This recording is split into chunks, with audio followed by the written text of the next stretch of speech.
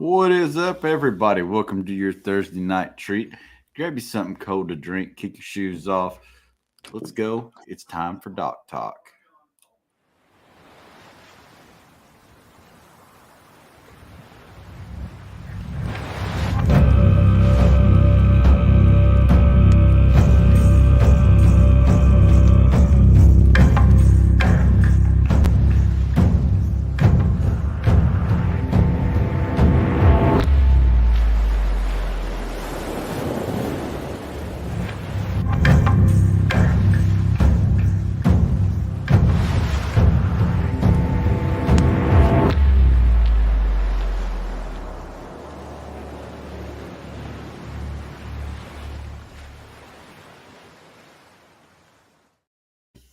What is up, everybody? Welcome back to Doc Talk, episode 12. Yeah, we've made it 12 episodes. We missed a week, but we're back. We've got one old guest, one new guest tonight, and kind of let you guys go around and introduce yourselves, tell a little bit about yourselves, and go from there. Michael, we'll let you go first. Am I old because I'm an old man or just an old guest? You're reoccurring. You're reoccurring. Probably You're, both, though. you're now a Doc Talk staple. I am, I guess. Okay. Yeah, I'm a staple. Mike Blatt from TBC Guides, technically in New Hampshire, but a lot of water fish in Vermont, right on the Connecticut River. So get to do both sides of the border. And this is our first talk about ice fishing officially, where we get to have another crazy ice fisherman on here with us, which is really cool, so that the rest of you guys, you kayak fishermen, realize that I'm not alone in this. So it's great to be back again. Chad, thanks for having me again. And yeah, Doyle, thanks for joining. And just can't wait to talk ice fishing to someone who's further north or more in the ice than I am. Doyle. So yeah, my name's Doyle Smith. What is that now? Those are the geese flying south. Oh, It's the geese flying south. geese. Still got geese here. Plenty of them. My name is Doyle Smith. I'm a kayak angler, but through half the season, I'm in the ice. So we got like 4 or 5 months of hard water that I fish with a lot of my friends. I do a lot of photography work, and I have a YouTube channel. It's called Eastern Ontario Adventures, and I put a lot of my stuff up on there. Very cool. Yeah. And Doyle takes a lot of our photos for the Orion Coolers. Very, very good photography there. And we appreciate Doyle and his eye and all the work that he does for that. So, my gosh, ice fishing. I'm cold just thinking about it. I broke out my best flannel just to talk about ice fishing because it makes me cold, fellers. It makes me cold. Doyle, will you just please tell everybody how warm ice fishing can be and just how you stay warm? You guys are bringing hot chocolate. I mean, there's lots of ways to stay warm. I think my friends and I, we've built up this kind of tolerance to the cold.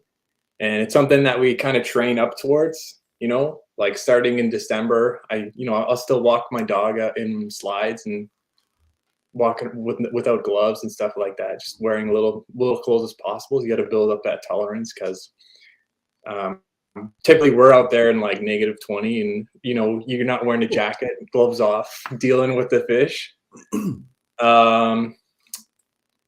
But you can get super warm. I've tried to convince a lot of the kayakers to come out. Will, he refused to come out. I know James, if you guys remember James, we tried to get him out a few times, but nobody seems up for it. But you can make it super warm, and you get like installated ice fishing huts, and you got portable heaters, and you can just dress super warm and layer up. That's what I used to do when I started. Just no hut, no heater, just like wearing as many layers as possible. Absolutely. Now, talking about ice fishing before we get into the things you need, let's get into the technical stuff.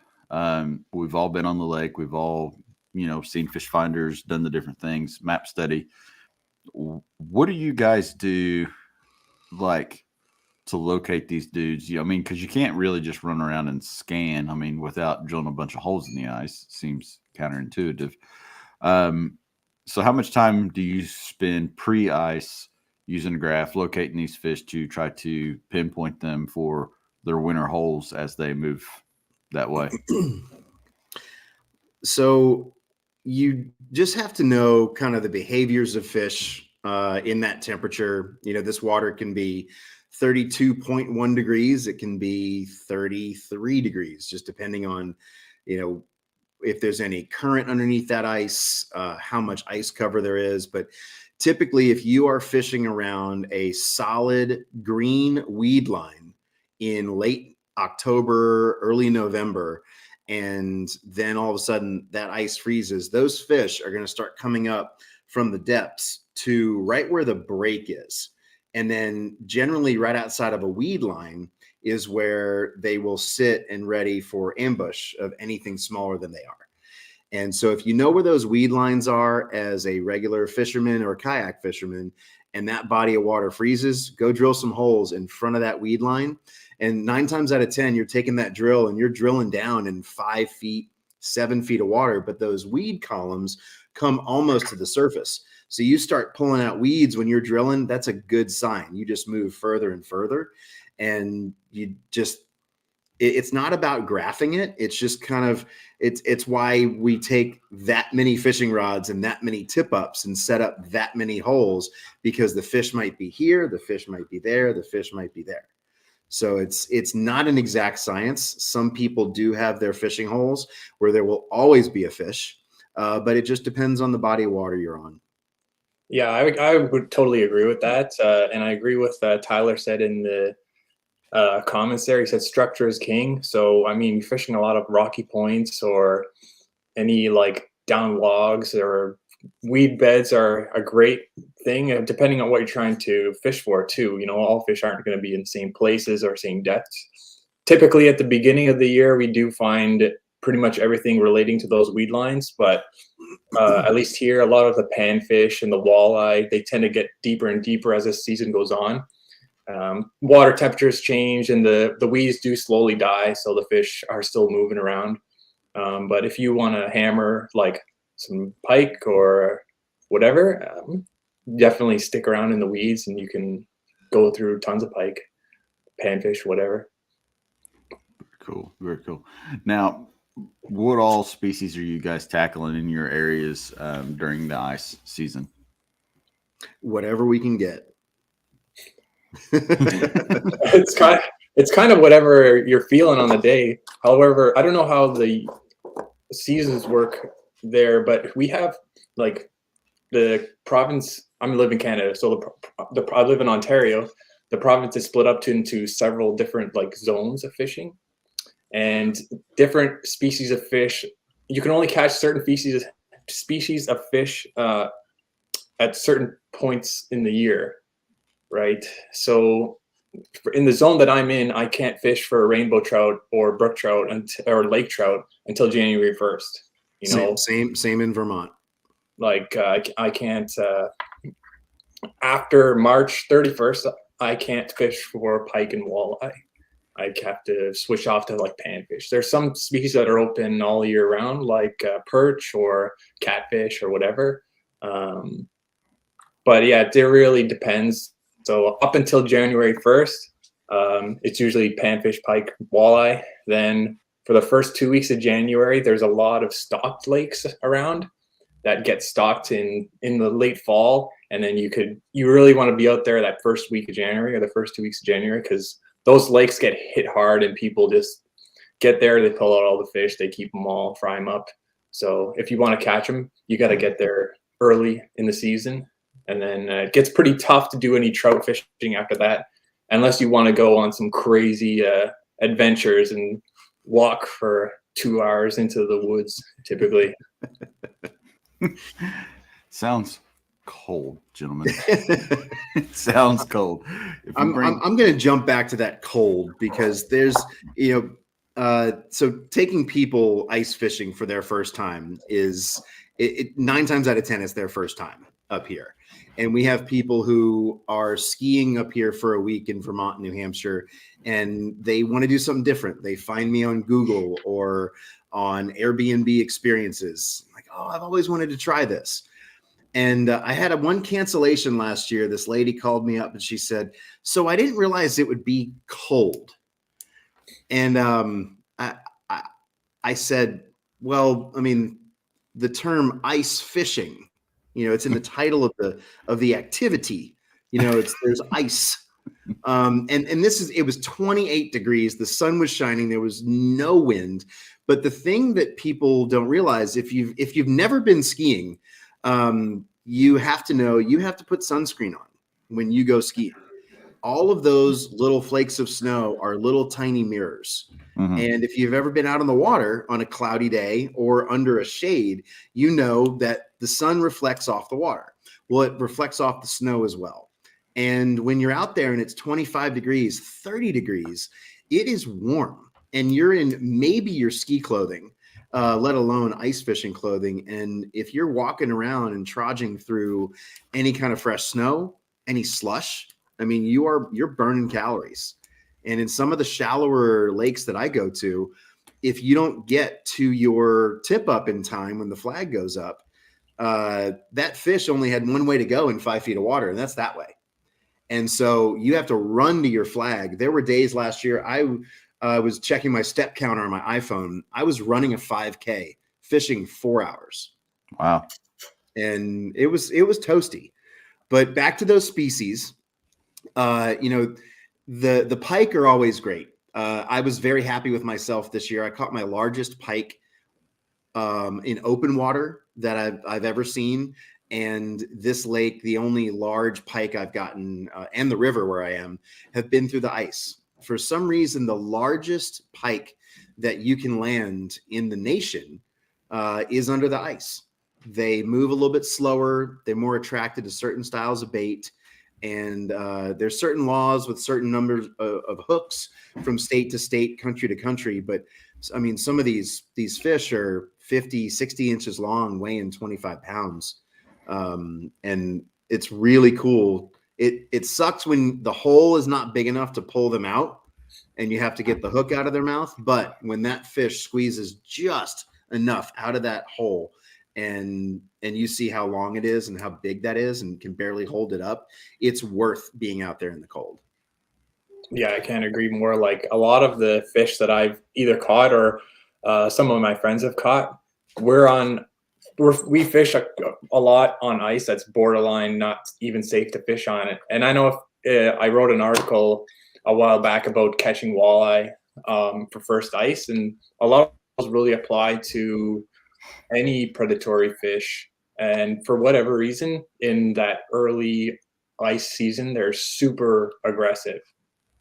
And you catch them real shallow. I could be catching walleye in like 6 feet, 5 feet. It's crazy. Now, Michael, you said tip ups. So for the viewers that may not know, because like people like me live in Indiana and it really doesn't freeze all that much. Tip ups, vertical jigging. Do you guys want to kind of go through and explain the difference? Yeah, I think Doyle might be better on the jigging side. I don't have that much patience. So tip ups are kind of the way that I go. So tip ups vary in style. You have your lay flat, and then you have the style that I use, which has a spool on the bottom. You have a stick basically that goes through the ice. The ice is here, and then right here there'll be a flag. And there'll be a little trigger system when you hook that minnow down through the ice. When that spool gets pulled, it trips a trigger, and that flag will point up like this. And you're supposed to see it. And when you get to see it pop up, it's really cool. You know when it happened. But when you don't pay attention to one flag, and it's usually the one that's the furthest away over your left shoulder, where it's, and you have to get there before the line runs out. But in certain states, so in Vermont, you can have 8 tip ups per angler. So per licensed angler. So I can have 8 tip ups with live bait on it. Doyle can have 8 tip ups. You can have 8 tip ups. I know some guys who basically have their truck bed is removable, and they take that out on the ice, and it's a sled, and they have 50 to 100 tip ups, and they'll invite friends out to come fishing so they can set up more tip ups. It's kind of a similar situation here for tip ups, but we can only have 2 lines. It doesn't matter what, if it's a rod or a tip up, like you can only have 2 lines per person in the water. Wow. At all. And your tip up can only be 60 meters away from you. It has to be less than 60 meters away. And we, I don't know if you guys, but we put on like bells on the tip ups or something, or just something to make the noise, especially just so you can hear it. And like, once you hear that bell go off, your heart is already like pumping like crazy. And you also didn't mention that you got to say fish on. That's very important, or else you probably won't catch that fish. Your buddies won't know. Yeah, exactly. And there's got to be pics, or it didn't happen. My phone's ringing. Ryan. We always have the woo. No matter where you're at on the lake, me and one of my buddies just to mess with each other. There's a woo, and just like the Berkeley commercial where it's like woo. It's hard to fake a flag going off, though, I think. Yeah. Somebody did it. It's a very quick way to never get invited to fish with me again. My wife did it jokingly one day. I wasn't listening to anything she was saying out on the ice, and she said, "Oh, flag." And I was like, "What?" She's like, "Okay, you listening now?" And she never did it again, but it was just to prove a point. But I say that to be in with, like, if you guys want to be funny and call flag or tip up or fish on, you'll get invited to fish with me. Never again. So Doyle, I do want to show you something. I had some extra dollars laying around this year, had a very good guide season, and I got targeted on Facebook for this product. And I was like, you know what? Let's try this thing. Let's just see what it does. So this is a Bluetooth transmitter that attaches to your flag. Okay. Now, when it's in the down position, it stays quiet. But as soon as the tip goes up, you can program the sounds. I don't know what sound I put on this one. Let's see. There you go. Yeah. So you can't have your flag. And this is, so people are talking about, I don't want to be cold. I can be in the hut. Yes, you can set up 2 tip ups, set up your Bluetooth, and you can sit in your tent. And when your phone goes off, guess what? The flag went up. But when these flags, I can't remember I should know the laws in Vermont. You can't be a certain distance away from your flag. Definitely not out of sight. But these go up to 350 yards away. Wow. Again, pretty sure that breaks the laws of Vermont and New Hampshire. I know you can't live on the lake, set these up, go in your house, and take a 4-wheeler. Again, that's illegal. If you try to do that and any of Fish and Game see you, it's a hefty fine. This was more of a novelty. I wanted to see if it worked. This pair cost $100, and it's fun to have when you have people on the ice. It's their first time fishing. Let's say it is -10 one day, and you say, "Well, how do we know the flag goes up if we're sitting inside?" And so this is what I have to combat that solution. So we'll see how it does. The other sounds are hilarious. There's a semi truck sound. There's a pickup truck sound. There's a tip up. There's a nuclear warning sign. It's anything you could imagine. They've come up with everything. That sounds Jesse like says he can stay warm in a tent and have an alarm. Tell me when a fish is on. Sign me up. Yes, Jesse. They are called Blue Tips, and I do not represent this company. I do not get anything for this, so don't buy anything until you talk to me first. Let me see if I can get commission for this. Tips. You heard it right. TIPZ. You heard it right here on the Orion Podcast Network, courtesy Shameless of Jackson plugging. Kayak. Yep. Dock Top. I know a couple of guys that I've fished with before who are big into carp fishing. They'll put their bite alarms on their on their either like dead stick or on a tip up.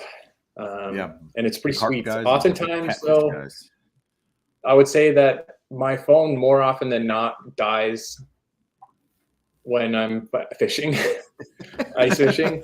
So I don't know how long.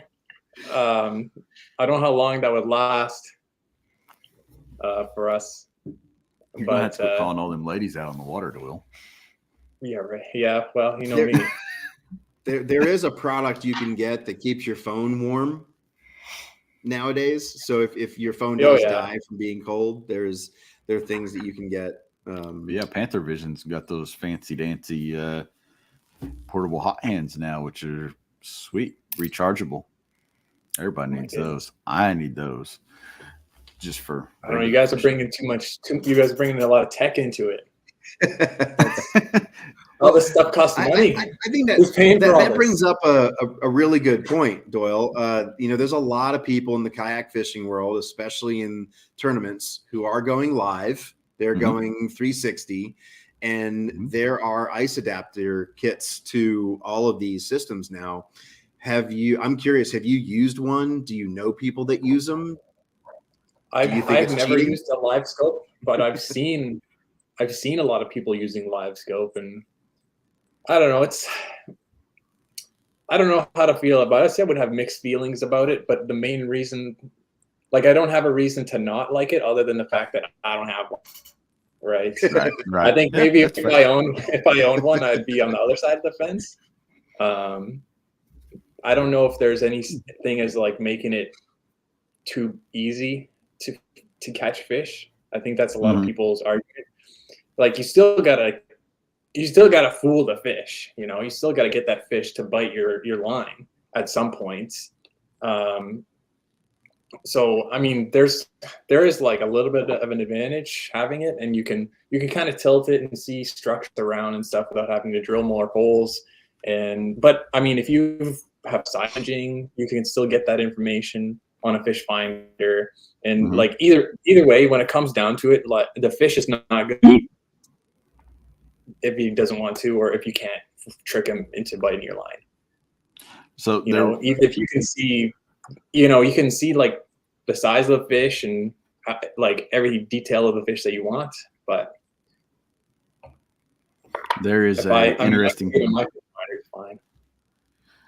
There's an interesting podcast.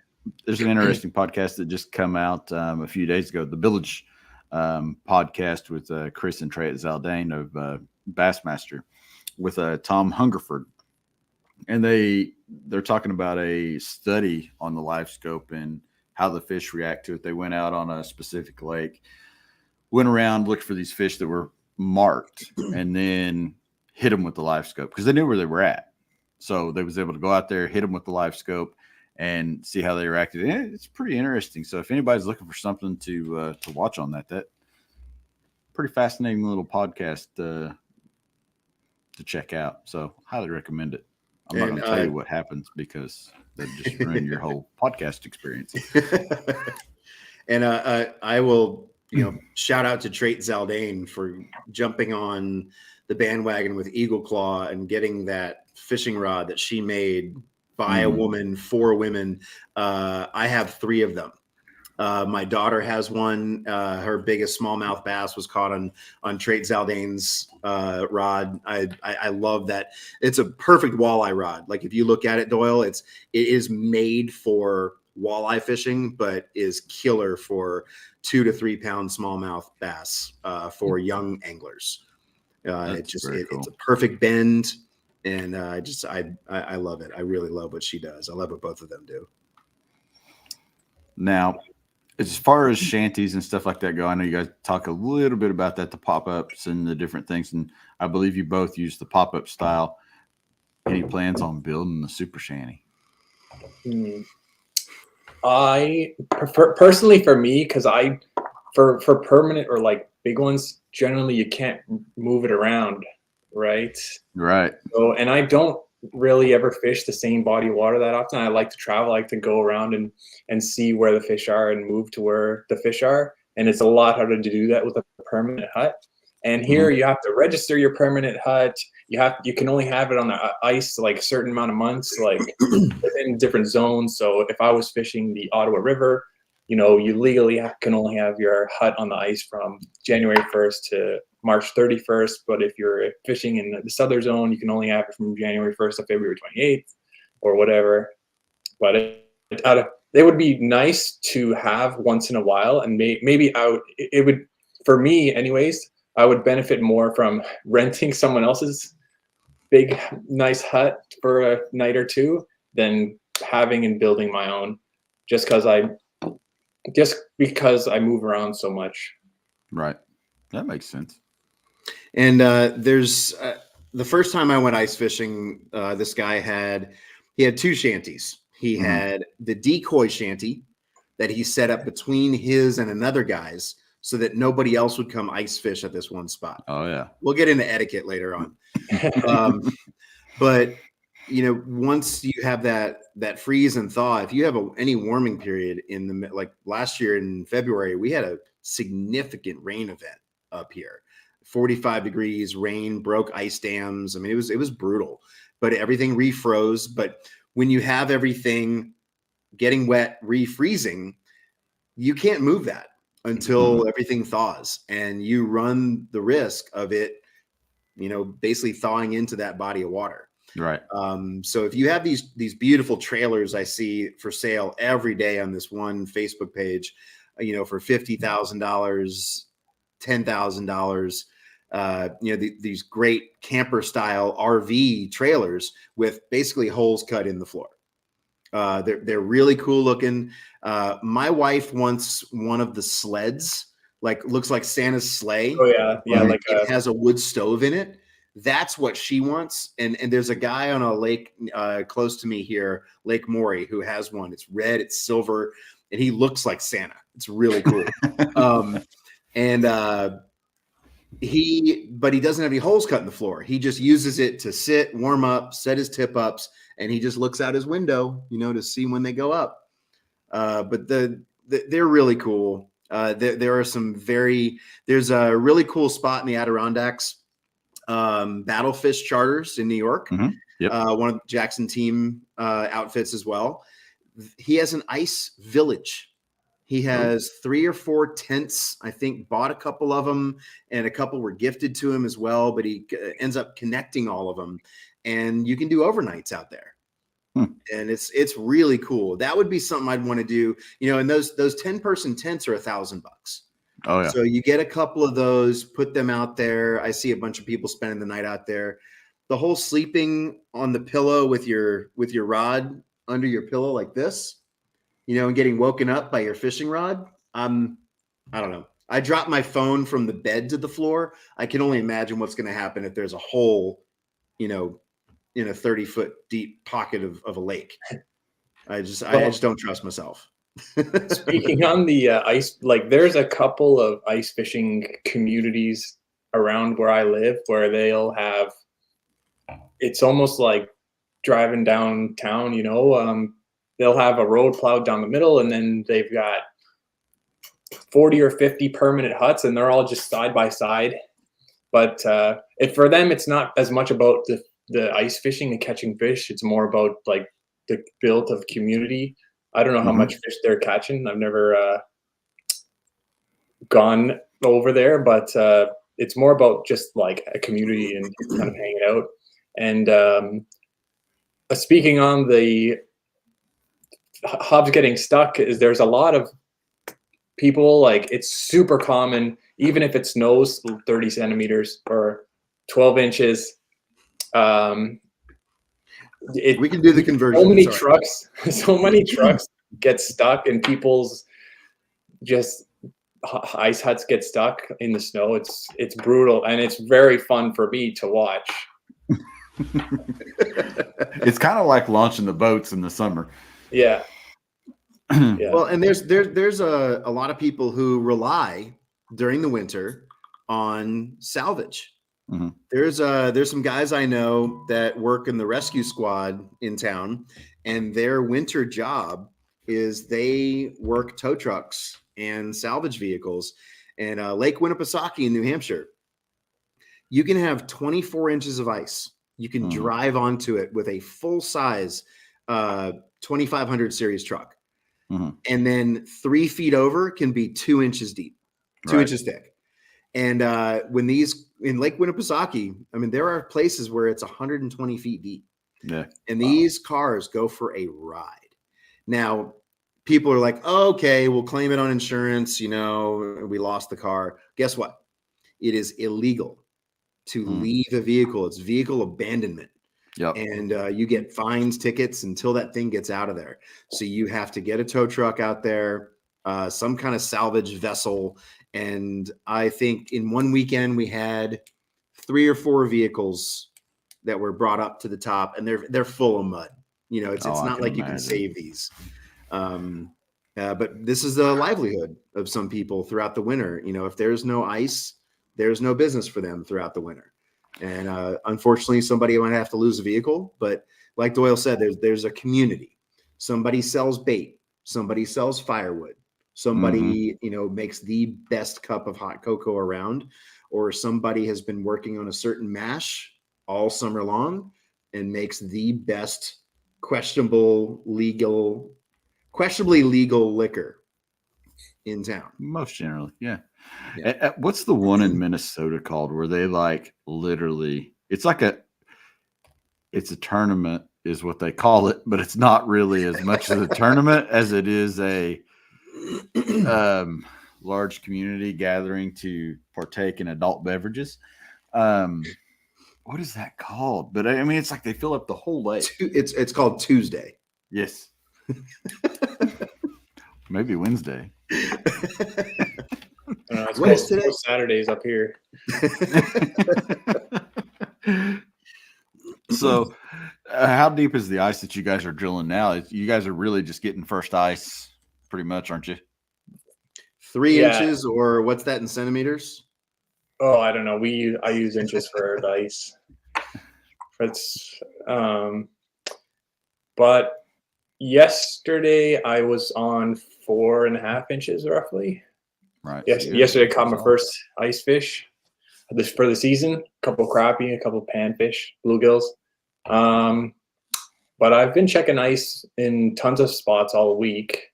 And on Wednesday, I believe it was 2.5, maybe. And we still tried to go out there as safely as we could. Had some 2 guys miss a muskie. No, unfortunately. But around here. Yeah, it's been. This is late for us too. I mean, I can remember last year or 2 years ago catching fish like midway through November on 4 or 5 inches of ice. So it's been a warm fall, and but I think it's going to be a very cold winter. So. And we're early up here compared to last year. Last year we had. I looked at my photos from last year. I was still kayak fishing on the river on December 14th. We had like a 70-degree spell. I mean, it was only live bait. It was basically ice fishing from a kayak with live bait. Right.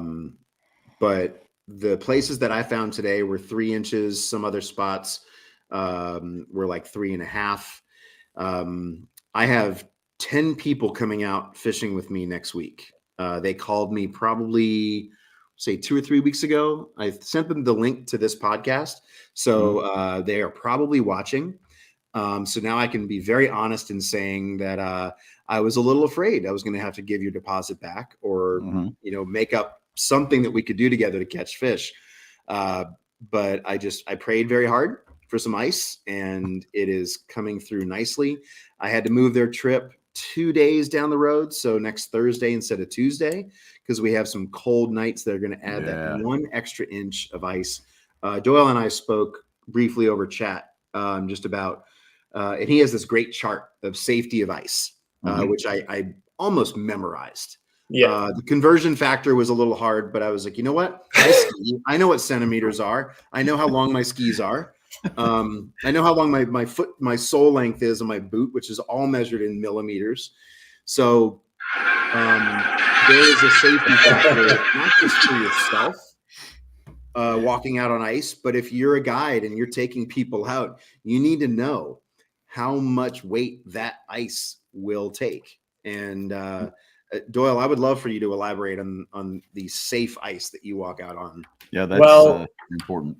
There's two kinds of ice. There's black ice and white ice. Black ice, it has no impurities.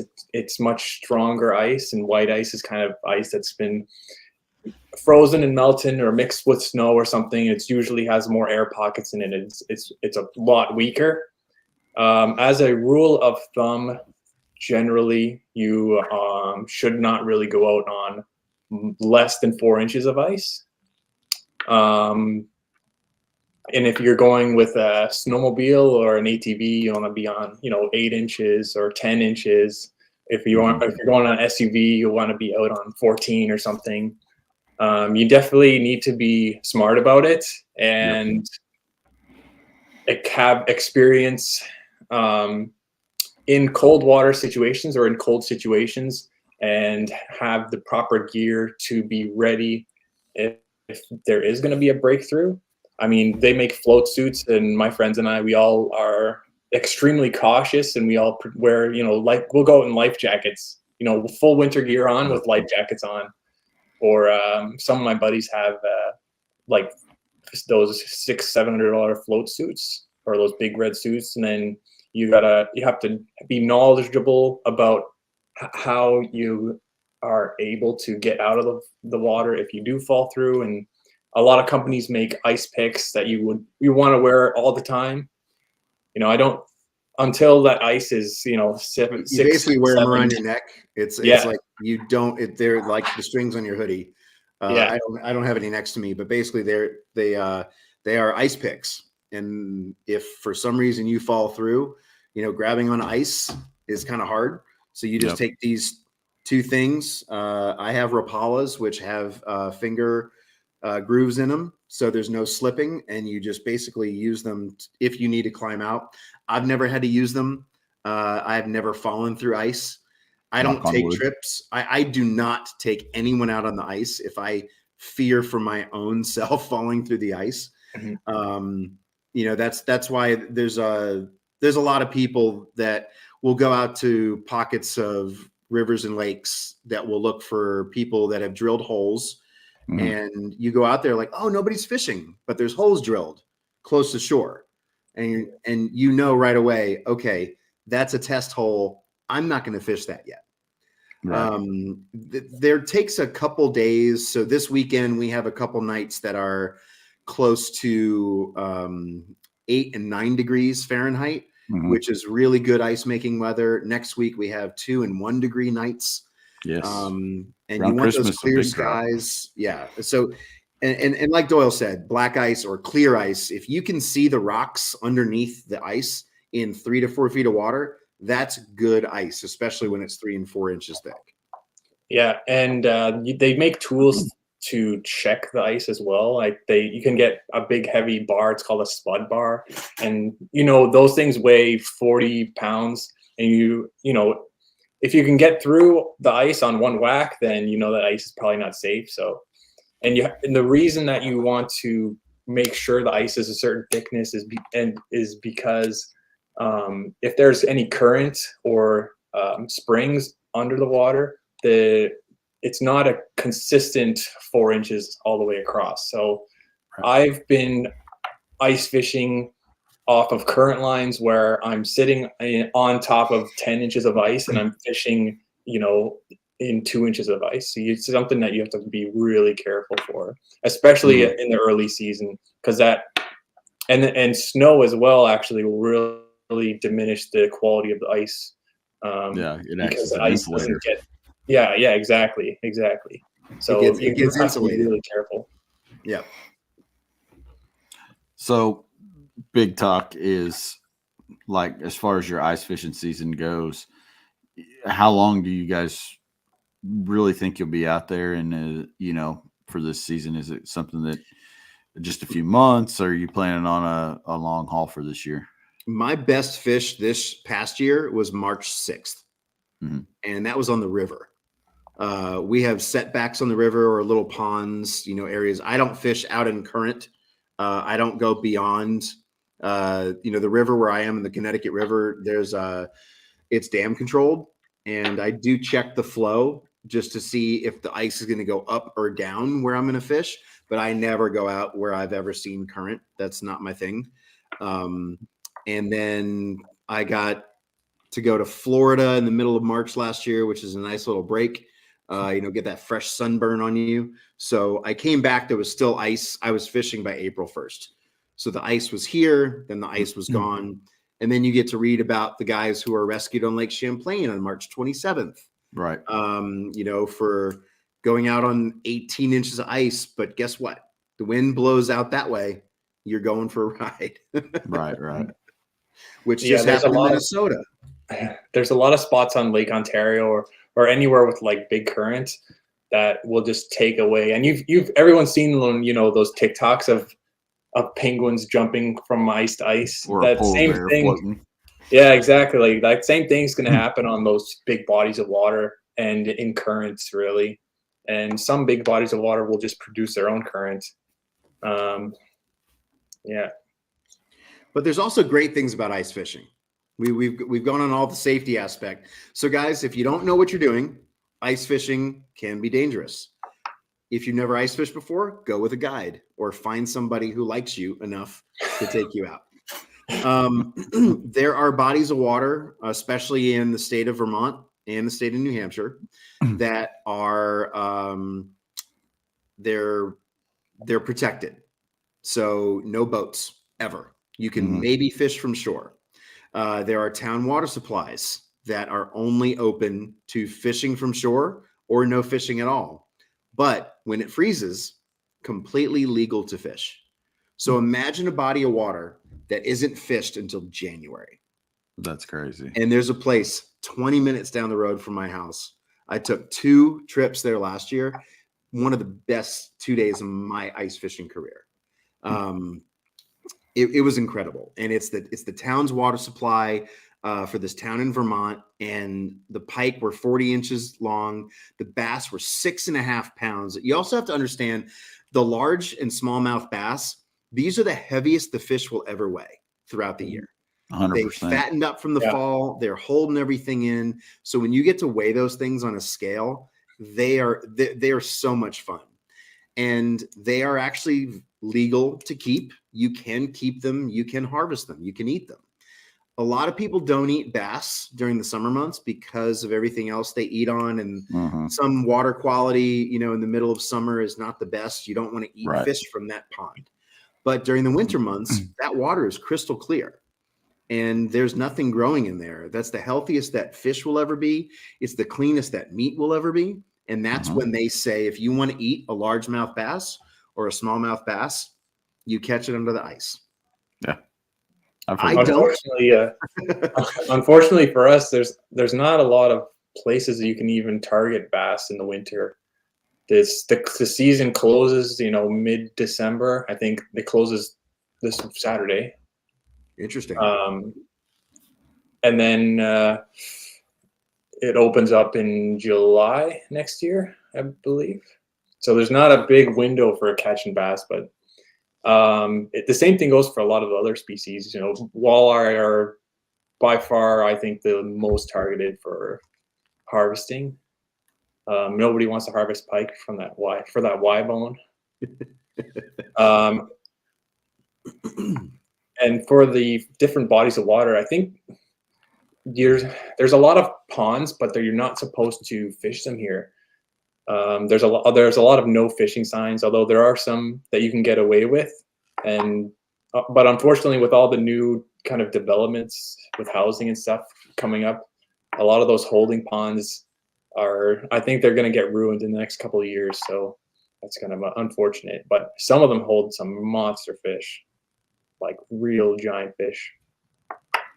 Yeah, I think for around here, where I'm at, we basically look at crappie, bluegill. There's a few walleye. It's not a real big thing here. It's more of a DNR. Our walleye are more of a DNR project. And, southern Indiana opposed to northern Indiana, we really truly have a line that divides the state in half as far as where it's super cold and where it's not as cold. And we don't really get that much ice. We might see 4 inches a lot of times. Last year was actually probably one of the first years in a long time that we had ice that was safe enough for the guys to truly get on. Other than that, yeah, I mean, we'll have 70-degree days here and there or 60-degree days come off and on throughout the winter. And it's just, we've got weird weather. So a lot of times it doesn't work out for us, but there's a lot of guys that'll go up to the lake and they'll fish off the docks and vertical jig and whatnot. And it's a good time. I have a funny crappie story. So Chad, with your marketing prowess, you're going to love this. Last year, the Vermont Fish and Game had this virtual cooking event. We're still coming down off of COVID, and things were still a little more virtual. So they decided to hold a cook with us crappie taco night. Ooh. Well, if you're not familiar with the fishing world and the fish of crappie, how to say crappie, all you're reading is crappy tacos. One person showed up to this event online, and it was one of those marketing mistakes that I wish more people would talk about. But I mean, it's a delicious fish. I have found crappie accidentally for my first time this year. Mm-hmm. The minute after I accidentally hooked an 85-year-old snapping turtle, that's a whole other story. That was a phone call to Vermont Fish and Game. I almost lost a finger. It's alive. It's fine. I mean, it looked like the turtle from what was that movie back in the 80s? Never Ending Story.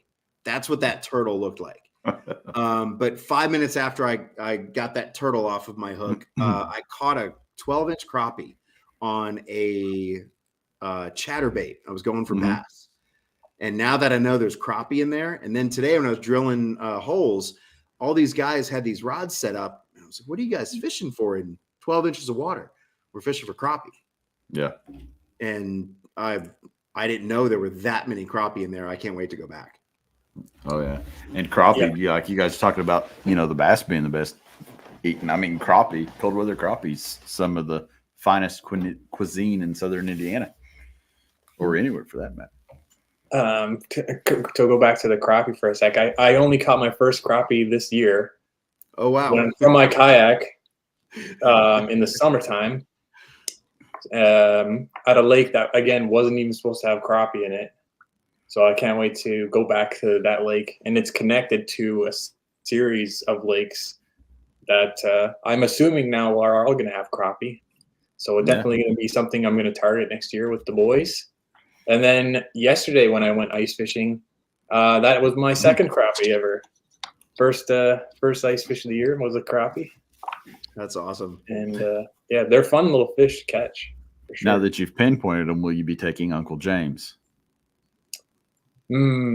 I want to take James for walleye because I know he's going to want to eat some, and I know he's going to want some nonstop action. He's an action guy, and if his personality will take over if things get too boring. So we got to keep him. You got to keep him from. We got to keep him veering off to the side. But I have a couple places I want to take him. However, I know with how the ice has been freezing so far, the places that I want to go are probably going to be another 2 weeks before they're safe. And even when they are safe, it's going to be really sketchy, I think, just because of the current that it's going to come through some of those places. But we'll see. I invite him every year. So now you guys are two ice fishing junkies. You both love it. But let's so you hit a point through the summer where you're like, man, I'm ready for fall. I'm ready for ice fishing.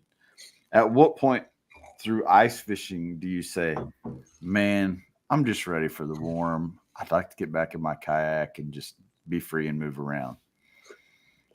When's that feeling I don't think hit? I've ever said that before. We Oh my have gosh. ice in and we have ice out. I would say the ice out season, that mud season, Mhm. when there's no ice to fish and the water is just so cold that you really can't catch anything else or go out and have a good time. There's never really a day. I would say it's like the -10s, -20s, where even in your tent, it's still cold. Mhm. But it's when I stopped getting business, when I stopped getting phone calls for trips, I'd say that's it for me. Ready for the Well, warm. to speak on the cold, it was -40 multiple times here last year. And the first weekend that it was -40, I thought it was a good idea to sleep in my hut overnight. I think that's the only time I ever regret doing that. Would you tell the American listeners to this where Fahrenheit and centigrade meet? -35. You scared our Texans. -43. Oh, really? -43 Celsius and Fahrenheit meet. So, okay. All right, keep going. I want to hear this. You're So scaring our Texans. yeah, like the overall fishing and stuff is great, and I have a lot of gear. Like, I'm not gonna go out there unprepared. My suit is rated to -50, and I have a sleeping bag that's rated to -40, and my ice hut is double lined and double insulated, so it's not the end of the world. The end of the world was when we went back to the car and it didn't start. Oh man. That was the end of the world because there's not a lot of places that I go where you run into people very often. So getting it back up and running was a bit of a trick, but definitely something to keep your eye on. And since then, I think I've gone like 3 or 4 times. And it's crazy because you will get so hot typically. I don't know if you walk to all your spots, Mike, or if you have an ATV or a four. No. I walk. I don't like vehicles. I love my truck. I see people drive out where I go, and not my thing. Because sometimes you'll walk like a mile to your spot, and you're just like you're overheating like crazy, and you're taking off your jackets and stuff. And even if it's -50 or -30, -40, like you're still getting really, really hot. And I've posted a few pictures, I think, on Instagram now where I'm, my face is just all covered in ice, but I'm still sweating. And got a big smile on my face. Is I love that feeling. To be honest, I don't think I've ever said it's too cold. I've said other things about the cold, but I've never been like, let's go home, I'm too cold. Actually, that's not true. That's not true. I did say that once. Because the very first time that I went ice fishing, I was extremely unprepared. And it kind of in the -30 mark, and I did not have real winter boots at that point in my life. So I went out in steel toes and with just thick socks. Oh. But once my feet got wet, you don't really have a way to dry them off. So I do have frostbite. I have permanent skin damage and frostbite on 3 of my toes. So at that one time, it was definitely maybe a bit too cold. But if any of my guests are watching this right now, this will qualify as a weather anomaly or act of God, where we will cancel your trip, and that deposit is refundable. We will not go out in -30. No. But hopefully it doesn't hit -30 in the States. Yeah, I don't think it ever. We got down to a -20 degree day, but it was that was on a mountaintop. That was while skiing, and I don't know how they run schools in Canada, Doyle, but we are required to read a short story in 7th grade in the U.S. called "How to Build a Fire," which is all about an old man in Alaska trying to get across, and basically failing at life. Right. and it being unprepared, exactly what you're talking about. So Yeah. So I don't leave I don't leave my house now without a way to start a fire or a way to cook food.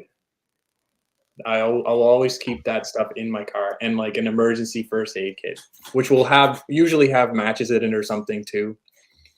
and Just a good idea. I usually carry Victory beers. Vermont and New Hampshire have great microbrews. So I will sometimes for my guests, or they'll bring it with them. And a lot of them are high octane. They're 8%. They're double IPAs. They're double porters. And if those are frozen, that's our cue to get off the ice. It's I don't care how warm you are, but if that third beer has frozen, you're warm, but it is not, and we're leaving. I have to tell you a story about that then. About going back to those negative. Rudy wants to know if we're providing meals served with local ice wine. There you go. I mean, for a full day trip, I always provide lunch, and I'm from New Orleans, so I take my lunch seriously. But I want to hear Doyle's story. So I believe the temperature was negative 42. One of my buddies, those little portable ice heaters heat off of those little green propane tanks. Mm-hmm. Those little green propane tanks are filled. Well, like the air inside of it turns to liquid at a certain point if it's too cold. Yeah. Well, we figured out that temperature is negative 42. Wow. When he turned his heater on, the liquid started leaking out the tank, and he almost caught his hut on fire. Oh my God. Because the fire was literally everywhere on that day. This is one of those Darwin Award kind of things. Oh, some of the things that my friends and I get up to, it just... If you knew us, like there's a phrase that's common around people who know me who just say, "That's such a Doyle thing."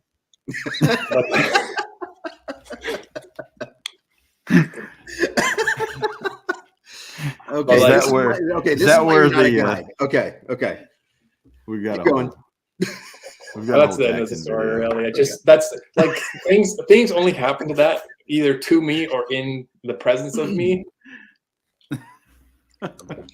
Just something that you could never think of, but that would happen. Like something bad is going to happen. You don't know what it is, but something's going to go wrong, and it's only something that would happen to me. At least it keeps it interesting. I mean, everybody needs that friend, though. At the same time, Doyle. Yep. So with kind of closing out this thing here as we're getting close to the hour mark. As outdoorsmen, fishermen, what's on that list for Santa? What's the one thing that you boys want for Christmas? Oh, well, if Santa Claus was bringing it, and he is real, by the way, for any of you kids listening out there, he is real. Yep. What's Santa bringing you? I got a little impatient with Santa this year, and I'm Jewish, so Hanukkah is usually early. So I don't look up when Hanukkah starts until, I don't know, December 1st. And sometimes it's in November. Sometimes it's on Christmas. This year it's on Christmas. But I wanted something to attach to my ice sled to let me use my kayak fishing accessories. Mm-hmm. And they didn't make a sled like this. And so I realized I had all of these old gear tracks and parts from kayaks. And I started saying like, all right, well, I can attach my fish finder here. It'll raise it up 18 inches. So I don't have to go down here to the ice to look at my fish finder. I'm going to use the NAR gearbox that I have, connect that to the side of my jet sled. And then I took the rod holders from the NAR and I'm using that to hold my drill and my bite. And now I have an empty jet sled. So all my gear I was putting inside the sled, is now attached to gear tracks on the outside. And I'm hoping to, I don't think I can patent this because it's using a lot of kayak fishing accessories, but there are some plans in place where I can share this model in the near future. And it's really cool. I can fit everything in the back of my truck, but now everything, I've taken everything that I can't use for 3 to 4 months out of the year, and now I get to use it. And I will have some photos I can share in the next week or so, hopefully next couple weeks. But yeah, I was so jealous of Santa's sleigh, especially watching Santa Claus 1, 2 through 7 with my 7-year-old daughter. That all the cool stuff they made for Santa's sleigh throughout those movies, I wanted on my jet sled for ice fishing. So I just made it. Just needs tri-track. Just needs tri-track. Yeah. That'd be cool. Is this like an ice fishing thing that I'm? It don't have to be ice fishing. It can be a camera, man. It don't have hey, whatever you want from the big guy. I don't know. There's the only thing that I can think of that I would not purchase for myself is like an 85 millimeter camera lens, like a nice prime, like a 1.4 maybe, or an f2. Something that'd be really nice and crispy. I don't have anything in that focal length, and there's a lot of nice photos that I use. You know, I have a giant Canon lens that I use for a lot of my photos, but if I got an 85 or something, I would replace that probably and save me a few pounds on the trip. And if you're walking out for 30 minutes to go ice fishing, you want to save as much weight as possible. So that's probably what I would ask for. I picked up a cheater lens, the Tamron 28-200. So far, very fun. It's got a wide aperture, but it's got a wide range. Really stupid happy with it, man. It's a very versatile lens, especially, like I said, the aperture as you go out to 200 gets a little narrow, but it starts at a 2.8, so it does a lot of things well.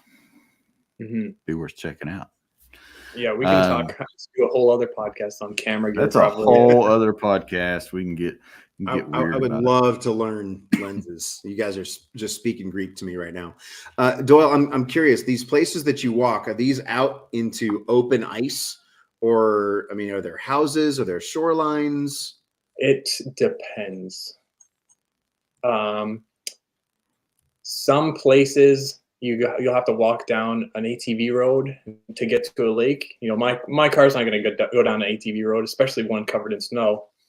So, I have snowshoes just for walking to places, and I have cross-country skis just to get places farther. Even on some of the rivers here, like the Ottawa River, one of the places that I fish it is probably 4 kilometers across, or 5 kilometers, to get all the way across, and I'll walk 2.5 kilometers to get in the middle. From where you have to park the car, because there is limited parking. But a lot of the places that I like to go, there's minimal houses, maybe a couple of cottages that people go to. But I honestly, one of the things I like is to get as far. I'm trying to get as far away from people as possible. Typically, I don't want to be competing. I don't want to be competing against those villages of fishermen, for fish. I like going out there and seeing like 1 or 2 other pop-ups, and that's my kind of environment that I like to be in. The reason I ask, and I will share this secret with ice fishing, if you guys have lakes and ponds that you fish normally throughout the year, especially in a kayak, and you meet the people who live on these lakes and ponds. Sometimes it takes a bottle of wine. Sometimes it takes inviting them out to a beer. But there's one section of one of the lakes that I visit that you have to walk to, like Doyle said, all the way across, because you can't park anywhere. And luckily this fall, I caught a really nice fish, and one of the gentlemen that lives there shares this house with his 6 siblings, and it was passed down through the generations, and they're all the grandkids of the people who own the house. They take turns having the house. Introduced myself and just said, "Are you here in the winter? May I park in your driveway?" And it cuts the walking out, sometimes an hour out of walking, and it makes such a nice day. And it just the relationships with your local homeowners on some of these lakes. You're not just one of these guys in a hood and goggles walking out on the ice. You are somebody that they've met, and then they invite you over for dinner, or they're like, "Hey, my son and my daughter are out here. I want to go on a ice fishing trip." They become guests, and it's really cool. You never know who you're going to meet on the ice. That's one of the things that I have found out. It's way beyond skiing. It's the people out on the ice. You really never know who they are. If they have a house out there, if they're going to write an article about you. Right. It's really cool. Just some of the diversity of people you meet out on the ice while fishing. Definitely. And there's always fishing communities, whether it's on the ice, in the boat, or on the bank. I think there's a fishing community at the tackle shop for everybody, and it's one of the really cool things about our sport as a whole. So with that being said, I'll let you guys tell everybody where to find you on the socials, how to contact you if they want to do some guiding or just want to hear more stories. And go. You want to go first, Matt? Or? Go ahead, Doyle. Well, you can reach me on Instagram. It's probably the best way, at Doyle J. Smith. And my YouTube channel is called Eastern Ontario Adventure. But if you Google Doyle J. Smith, it will take you to any one of those things. And I post photos quite a bit on Instagram. Like Chad said before, I do a lot of content for Orion and Jackson. And a lot of that stuff will be popping up soon as the ice becomes a little bit thicker, and I will be posting, or I'm going to attempt to post weekly videos on my adventures. So if you want to check that out, feel free to drop by.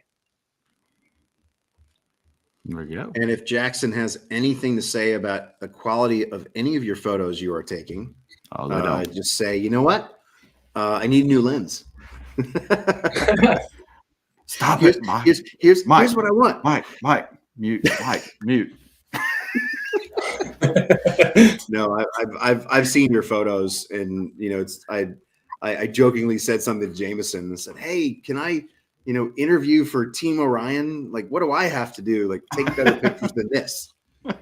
This is the guy that takes the pictures. Okay, I know who I'm up against now. I'm not a photographer. I won't claim to be a photographer. You might Blatt, know a guy. You can find me at TBC Guides on Instagram. I do want to do shameless plugs this evening because my new winterized website is up, and that is www.tbcguides.fish. .fish cost 50 cents. .com cost $3,000. So, Woo. Wow! As we're saving money for live scopes, that's where we decided to put our money. There's a gentleman by the name of Thomas Corrado, or Tommy Corrado, as he is in my phone. His signature is on the bottom of my website. He is a sophomore at Dartmouth College, and he came to me last year. I was working for a tech startup, and he said, "How did you get into this? Who are you? What do you do?" He bought me a cup of coffee, and he is an extremely talented web designer. He did an internship this summer at the Washington Post in web design. Don't hold that against him, but he's absolutely brilliant. Today, he got my email notification working for my reservation system. My reservations have quadrupled this year versus last year because of what this kid has done. I'm sorry to say a kid. He's 20 years old. I think he's 20 years old, but we all started somewhere, and he's absolutely gifted in what he does. and the way that he captures what I'm trying to present to people wanting to learn how to kayak fish as well as ice fish is absolutely amazing. Also, Jackson Kayak, thank you again for having me on the regional team in the Northeast. And last but not least, Outdoor New England, which is in Franklin, New Hampshire. And if you guys don't know, if you are thinking, why do I need to buy a kayak right now in the middle of winter? They are 25% off. 25%. And anybody who runs a store has room to store a kayak for a couple months. Yep. If you're wondering what's going to change next year, guess what? The 22 NAR, we put some foam blocks underneath the seat. And if you don't have the foam blocks, you get the foam blocks. They're free. Yep. There was an extra screw added to the rudder system. There was a few things added to the seat that are amazing upgrades. But do not let that fool you with the 25% off of every single 22 boat that is available right now, because this is going to go away if you're waiting till January 1st. I don't get a dime for telling you guys to buy Jackson kayaks. Jackson will be like, thanks, Mike. Thanks for the plug. I'm not getting a check for it. It's just a cool time to buy a kayak because it's off season. And then next year, I can't wait to see what's going to come out. I do know for a fact there is nothing new coming out besides the Coosa X. No, nothing new in this coming season. There's nothing Chad can lie about right now. Nope. There is nothing coming out. This is it. So we got two very cool boats that come out in 2022, and Coosa X will be your big 2023 boat, along with the 2023 NAR FD and the Flex Drive Mark IV in all the FD boats and Blue Sky Boatworks. So that alone, for a 2022 boat, whether you're looking for a Blue Sky Coosa FD, Bite FD, or the NAR, now's the time to jump on one and grab that Mark IV, because that thing's amazing. It really is compared to the other drive. Not that there was anything wrong with the 3D version of the Flex Drive, but this one here is just, man, it's so sweet. And thank you again, Marty from Outdoor New England. My Coosa X, I think he said it's arriving tomorrow. We're supposed to get 18 inches of snow. So whoever's driving that truck for Jackson, thank you very much. It's going to stay in that warehouse for a little bit. I might use it as a sled. We've done it. It's going to be there for a while. They don't sled as good. The fishing boats don't slide down the hills as good as you would have hoped. You need a whitewater boat for that, but you know where to find one of those. Also, Outdoor New England, they carry all Jackson's whitewater boats. And in February, there is a snow downhill event for you whitewater boaters, creek boats, play boats, you name it. I think it's insane. I'm 40. Am I 40? I'm 41. I'm 41. My back's not going to take that. But if you guys want to race your play boats down a wintry slope in Franklin, New Hampshire, it's happening in February. Man, if you don't have a boat, find a rock star for that. We could find a rock star for that. All right, guys. Well, Doc Talk will be back. So we will not be back until the 27th. So with that said, we wish you guys a merry little Christmas. And we will see you guys back. And happy Hanukkah. Or not the 27th. I was wrong. 29th. Right before New Year's. From now on, sing it for us, Doyle. I can't sing, dude. I can't. I'm not even. Everybody have a good holiday. We will see you guys on the next episode. Thanks for watching.